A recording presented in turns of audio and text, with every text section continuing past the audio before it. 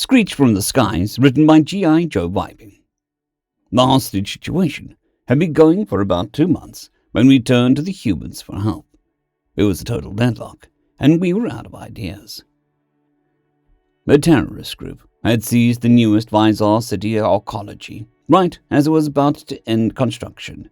129 hostage takers, all well equipped, with a pair of stolen nukes tied to a dead man's switch.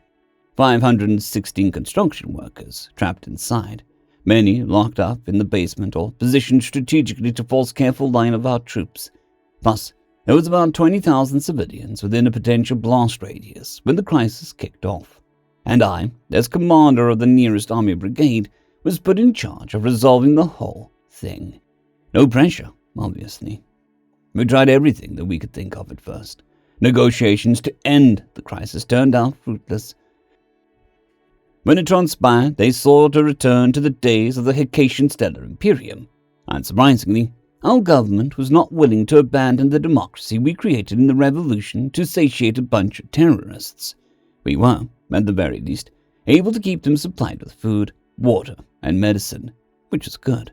Starvation would hit the hostages far worse than the takers, so we elected to not go that route. There were some other successes in negotiating. With some work and broadcasting their idiotic demands across the networks, for some reason they thought the public may share their views, we got 103 hostages out. Still, 413 to go. We also got them to put all the hostages in the basement, which turned out to be a very good outcome for reasons we did not anticipate. Alongside that, we began evacuating the local area, getting everyone out. Well, I say everyone. There were a few oddballs that just refused to leave no matter how many soldiers showed up. When I informed the local government of these holdouts, they checked the list of names and said, "Of course it's those ones," adding that I would not be held liable if they died, as it would serve us trouble in the future.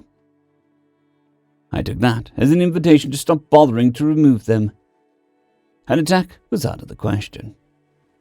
We looked at the conventional option, sending my brigade of mechanized infantry, and it came out as a disaster. Even ignoring the nukes, we were projected to lose hundreds of troops in the complicated warrens that made up the structure. A defender's paradise, if they were smart. We had also had very likely killed all the hostages in the process, with collateral damage. Oh, and of course the nukes, which would go off if 1/10 of the terrorists were killed. Frankly, I was so appalled by the projections that, well, there are a lot of job vacancies opening up in the officer corps afterwards. Next came the Special Forces. For a while, I had 200 Special Forces troops at my command, from all over the Commonwealth. I hashed out a plan, a brilliant one, where all 200 would be sent in via service tunnels. They'd then locate and disarm the nukes, and we'd then be able to flush the terrorists out. We even located the nukes beforehand with some small recon drones, and were ready to go. Then we double-checked the locations and found someone on staff was leaking info to the terrorists, and the nukes had been moved elsewhere. Another vacancy thus appeared, and a jail cell was filled. We examined the use of knockout gas, since that wouldn't cause any deaths, thereby keeping the nukes from detonating. Unfortunately, the workers had already finished the environmental control system on the archaeology, so that wouldn't have worked. We started looking into annoyance tactics, blasting music, animal noises, round-the-clock lights, all sorts, hoping that they'd get so angry they'd give up. It wasn't particularly effective. Oh sure, we annoyed them, but they pretty quickly discovered our loudspeakers weren't bulletproof, and neither were the technicians, so we had to scrap that. By this point, we were getting desperate. Someone, somewhere in the Commonwealth, mentioned our predicament to the United Nations, who sent a team to help us.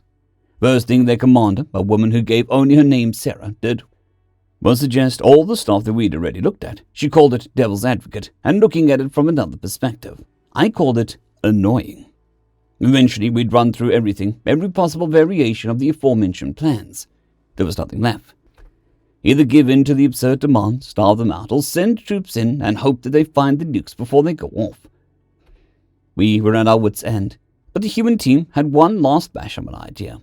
They asked for some data on gravity, air pressure, speed of sound, and ground level, and so on, which turned out to be pretty similar to that of their home planet.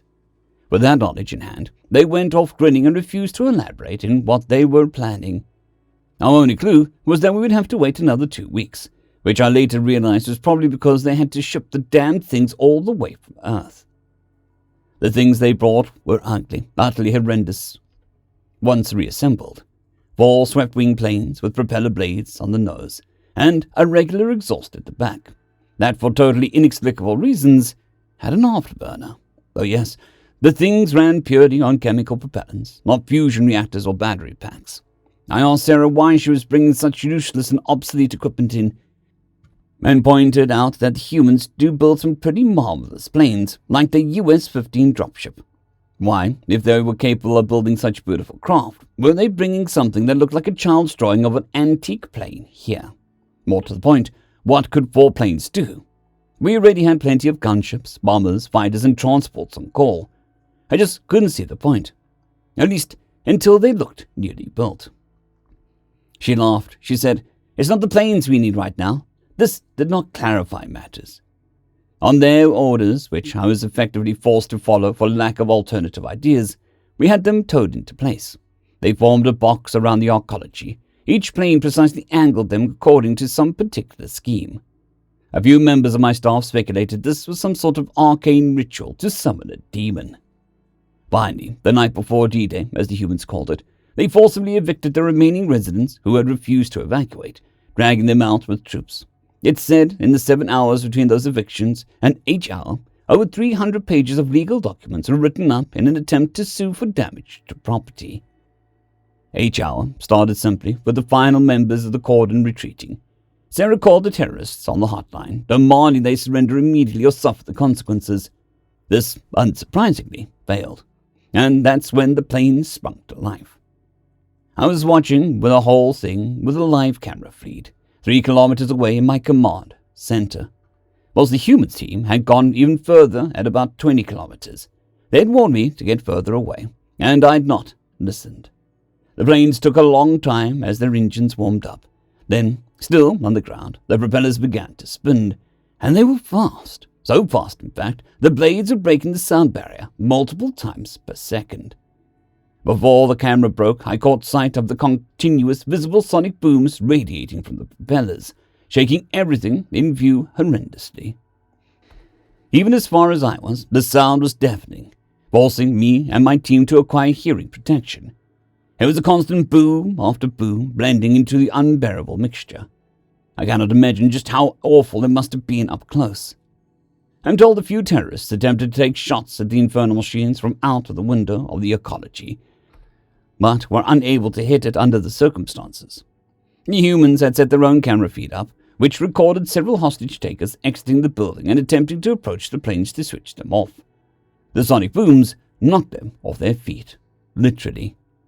Every window that had been installed in the arcology shattered, along with every other window in a 5-kilometer radius around the planes. The recon drones inside the building, each as small as an insect, were knocked out of the air and pulverized by the sheer force of the sonic booms, constantly pounding upon its walls.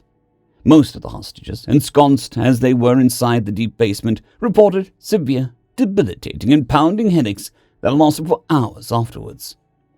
It was at this point I realized how lucky we'd been to be able to have all the hostages moved into the basement. The engines were then turned off after this initial 5-minute propeller run, and Sarah called the hotline again, demanding a surrender, and threatened to run them again for an hour straight. There was no response for the first 15 minutes, as troops flooded in, once more encircling the building.